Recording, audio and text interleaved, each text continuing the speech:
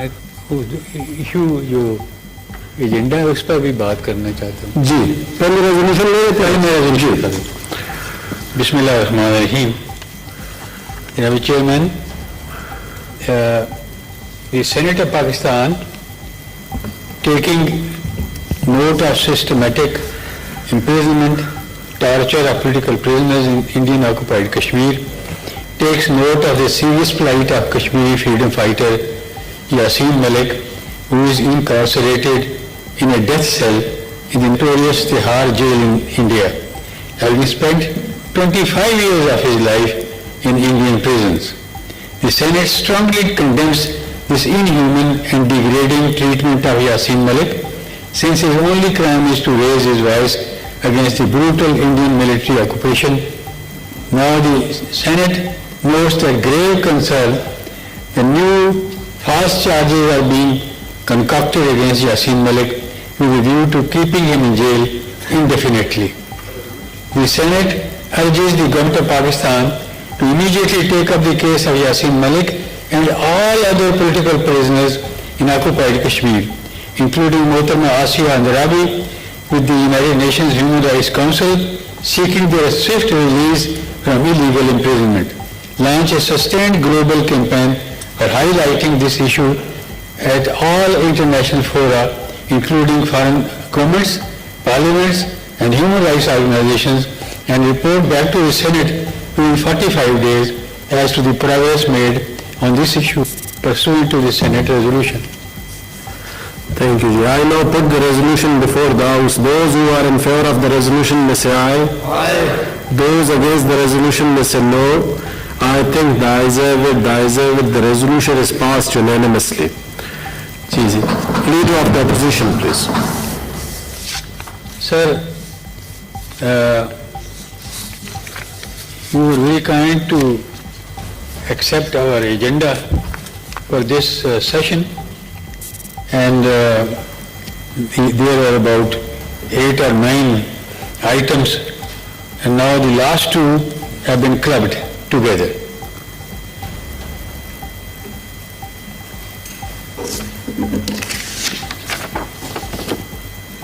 The first one is, this House may discuss the pre-poll rigging and election tampering at all stages by government in the recent Gilgit-Baltistan elections.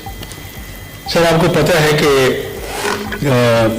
Pakistan کے اندر regularly ابل تو election ہوتے نہیں رہے، لیکن جب ہوتے ہیں تو پھر اس کے بعد ایک فساد کھڑا ہو جاتا ہے، بارنگ 1 or 2 انسٹانسز کہ یہ الیکشن ریگڈ تھے، اور پھر اس میں اس کی اتھینٹسٹی بھی چیلنج ہوتی ہے، اور جو مشینری اس کو الیکشن کروا رہی ہوتی ہے وہ بھی زیر بحث آتی ہے، لیکن کبھی کوئی ایسا نتیجہ نہیں نکلا کہ اس کی انالمنٹ ہو یا اس کو اثر نو صحیح طریقے سے قانون کے مطابق لوگ اپنی رائے دے سکیں، اور پھر جو انتظامیہ بنے اس کے اوپر لوگوں کو اعتبار ہو.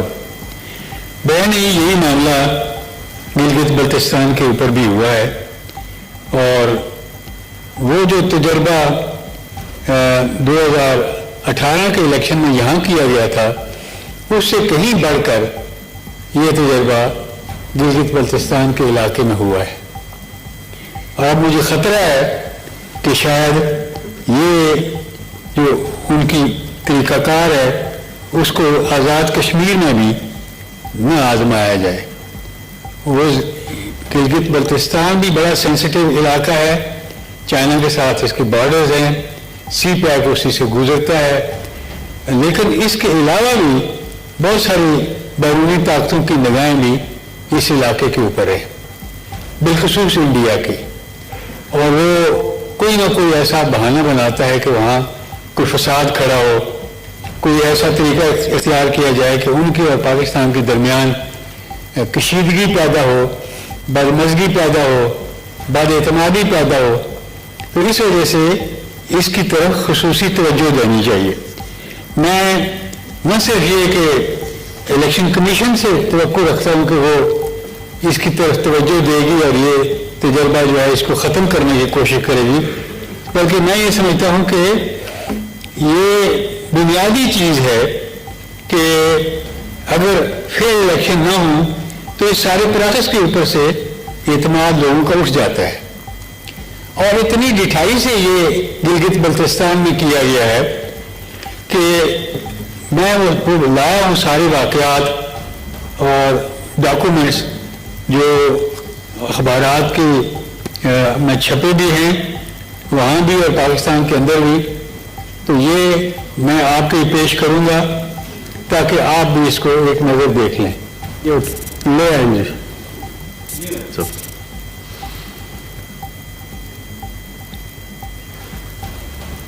ابتدا انہوں نے ایسے کی کہ پہلے انہوں نے وہاں کے موسم کے لحاظ سے جو الیکشنز ہوتے ہیں تاکہ اس میں حاضری معقول ہو اور لوگوں کی وہ رائے کو ریفلیکٹ کر سکیں، تو اس ڈیٹس کو بدلا گیا. اور جب کہ یہ قانون موجود ہے کہ کوئی سرکاری عہدیدار وہاں نہیں جا سکتا الیکشن کے دوران، اور کوئی ایسا وعدہ نہیں کر سکتا کہ وہ یہاں کوئی ڈیولپمنٹ کرائے گا یا کوئی اور چیز دے گا، لیکن اس کو بالکل فلیگرنٹ وائلیشن وہاں ہوئی ہے. اور یہاں سے منسٹرز گئے ہیں، حتیٰ کہ پرائم منسٹر بھی خود وہاں گئے ہیں. اور جو یہ یہاں طے ہوا تھا کہ الیکشن سے پہلے اس علاقے کے سٹیٹس کے بارے میں کوئی بات نہیں کی جائے گی، وہ بھی وہاں جا کر انہوں نے اعلان کر دیا اور دنیا ششدر رہ گئی. وہ لوگ جو چاہتے تھے کہ یہ بات نہ ہو وہ بھی بڑے مایوس ہوئے اس بات سے، لیکن اس بات کی کوئی پرواہ نہیں کی گئی اور کوشش ہی کی گئی کہ جو لوگ دوسری جماعتوں کے تھے انہیں یہ اویئر کیا گیا کہ دیکھیں ہم نے فہرستیں بنا لی ہیں، لسٹیں بنا لی ہیں جس میں آپ کا نام ہے کہ آپ نے ضرور کامیاب یہاں ہونا ہے.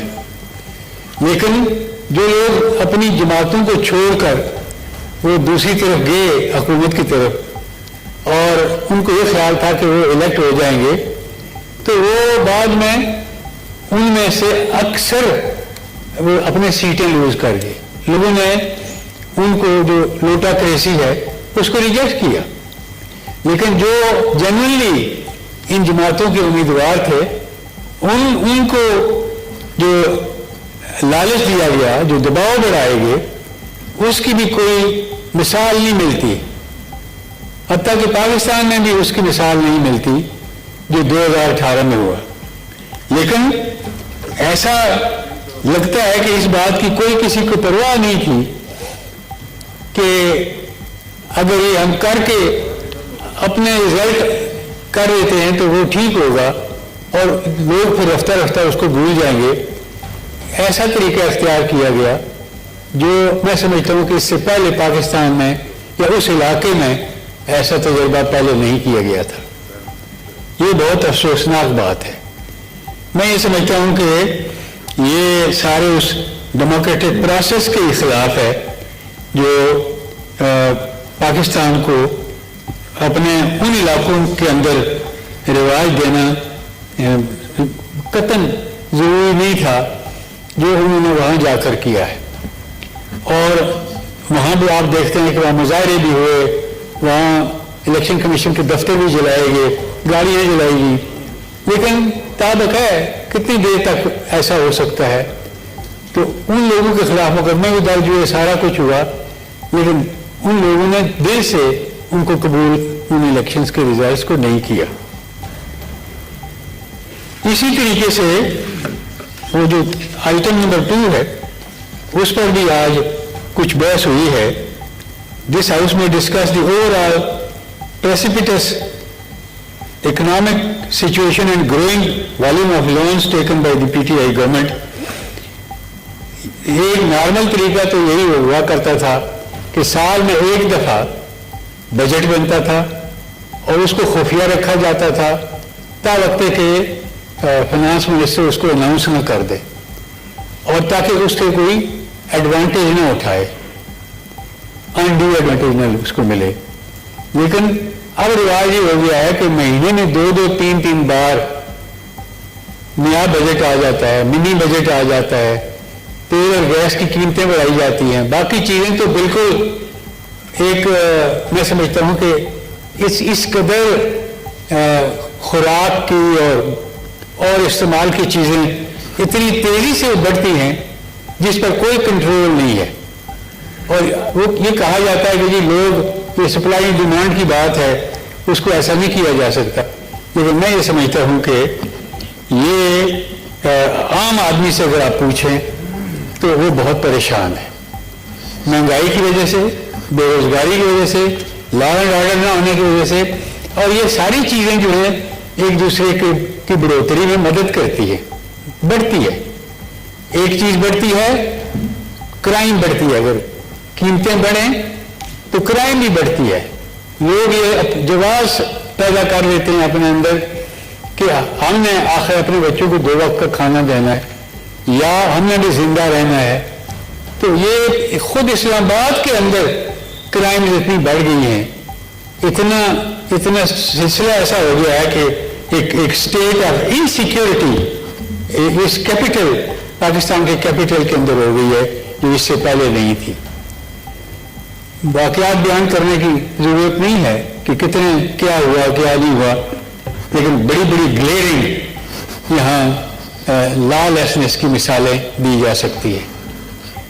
بے گناہ معصوم لوگوں کو مارا جاتا ہے، یا بے روزگاری اور مہنگائی سے تنگ آ کر لوگ خودکشیاں بھی کر رہے ہیں اور دوسروں کو بھی، اپنے گھر کے لوگوں کو بھی ذبح کر کے کوئی نہروں میں ڈال رہا ہے، کہیں کی لاشیں برآمد ہوتی ہیں اور پھر تحقیقات شروع ہوتی ہے کہ انہوں نے ایسا کیوں کیا، لیکن بنیادی وجوہات جو ہیں وہ بالکل واضح اور ظاہر ہے۔ اس لیے میں سمجھتا ہوں کہ گورنمنٹ کو اپنی ذمہ داری محسوس کرنی چاہیے، اور جو اپنے معاملات ہیں وہ ایسے لوگوں کے سپرد نہیں کر دینے چاہیے۔ جیسے ایک ایڈوائزر صاحب آج لمبی تقریر کر رہے تھے، میں یہ سمجھتا ہوں کہ جو پروسیس ہے اکاؤنٹیبلٹی کا، اس میں اس کو خراب کر لیں، اس کو ایک ان ایکسیپٹیبل بنانے میں خود جو یہ روز ٹی وی کے اوپر آ کر، اور عدالت میں مقدمہ الگ چل رہا ہوتا ہے اور یہ صاحب جو ہے وہ ٹی وی کے اوپر ایک دن میں کئی لوگ بیٹھ کر وہ پریڈکٹ کرتے ہیں اور کہتے ہیں، اور پھر معاملات جب اسی نتیجے پر آ جاتے ہیں تو پھر محسوس ہوتا ہے کہ بجائے اس کے کہ یہ معاشرے کے لیے کوئی کام کر رہے ہیں جس کی وہ تنخواہ لیتے ہیں، وہ پاکستان کے دشمنوں کے لیے کام کر رہے ہیں، پاکستان کی ریاست کے خلاف کام کر رہے ہیں۔ اور اس طریقے سے یہ جو ان کا رویہ ہے، میں سمجھتا ہوں کہ وہ بڑا کنڈیمنیبل ہے، اس کی جتنی مذمت کی جائے کم ہے۔ اور اب تو جب یہ ٹی وی پر سامنے آتے ہیں تو میرے پاس ایک آدمی بیٹھا ہوتا ہے، اس نے کہا آپ نے کیوں ٹی وی لگایا ہوا ہے اس آدمی کو سننے کے لیے؟ اس کو تو کوئی سننے کو پسند نہیں کرتا، لیکن وہ لگے رہتے ہیں۔ تو اس لیے میں یہ سمجھتا ہوں کہ یہ جو دونوں آئٹمس ہیں ان کے اوپر غور کرنی چاہیے، اور جو تجویز دی ہے اپوزیشن کی طرف سے جاوید عباسی صاحب نے اور رضا ربانی صاحب نے، میں یہ سمجھتا ہوں کہ اس کو ایون ہینڈڈ ٹریٹمنٹ دینی چاہیے، بجائے اس کے کہ کوئی ملک سے باہر ہو، کوئی آدمی جیل کے اندر ہو تو آپ اس پر الزامات لگائے جائیں، اور پھر لوگوں سے جنہوں نے آپ کو رکھا ہوا ہے آپ ان سے شاباش لے لیں، تو اس سے اللہ تعالیٰ کی ذات بھی ناراض ہوتی ہے اور مخلوق خدا بھی ناراض ہوتی ہے۔ میں انہی الفاظ کے ساتھ آپ سے اجازت چاہوں گا کہ اس کا علاج ہونا چاہیے، ورنہ یہ حالات پاکستان کے لیے ٹھیک نہیں ہے۔ تھینک یو جناب حفیظ شیخ صاحب۔